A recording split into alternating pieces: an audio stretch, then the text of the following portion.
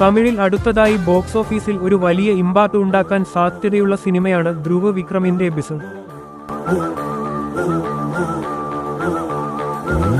ആദിത്യ വർമ്മയ്ക്കും അച്ഛൻ വിക്രമിനൊപ്പം അഭിനയിച്ച മഹാനും ശേഷം ധ്രുവ് നായകനാകുന്ന ചിത്രമാണ് ബൈസൺ.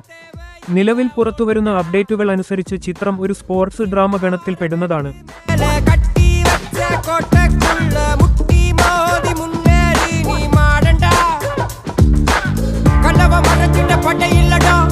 മാരി സെൽവരാജാണ് ചിത്രത്തിന്റെ ഡയറക്ടർ.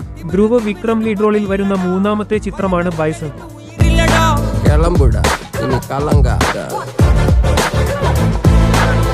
ഡയറക്ടർ മാരി സെൽവരാജിന്റെ മുൻ ചിത്രങ്ങൾ പോലെ തന്നെ ബൈസണിലും ആഴത്തിലുള്ള സാമൂഹിക പ്രശ്നങ്ങൾ ചർച്ച ചെയ്യപ്പെടുമെന്ന് ആരാധകർ കരുതുന്നു. ബൈസണിലെ പുറത്തിറങ്ങിയ ഗാനങ്ങളും ധ്രുവിന്റെ പ്രകടനവും എല്ലാം ഇതിനോടകം തന്നെ സോഷ്യൽ മീഡിയയിൽ ചർച്ചയായി കഴിഞ്ഞു. 2025 ഒക്ടോബർ 17 ചിത്രം തിയേറ്ററുകളിൽ എത്തുന്നത്.